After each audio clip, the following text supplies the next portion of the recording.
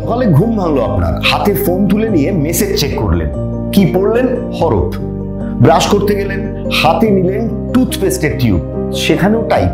সামনে এলো গরম চা, সঙ্গে বিস্কিট, তার উপরে ব্র্যান্ডের নাম লেখা, আবার হরফ। হাতে আপনার খবরের কাগজ উঠে এলো, কিংবা আপনি বাড়ি থেকে বেরোলেন, দোকানের সাইনবোর্ড, বাস, ট্যাক্সি, যেদিকেই আপনার চোখ যাক না কেন সেখানেই হরফ, সর্বত্র হরফ, হরফ হরফ হরফ।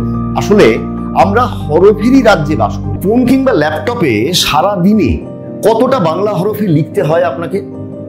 আপনি বানান নিয়ে ভাবেন, আপনি বাক্যের গঠন, তার সিনট্যাক্স নিয়ে খেয়াল রাখেন, কিন্তু বর্ণের পর বর্ণ সাজিয়ে আপনি যা তৈরি করছেন, অর্থাৎ আপনার লেখার যে চূড়ান্ত রূপটা, সেটা আদৌ যথাযথ হচ্ছে কি?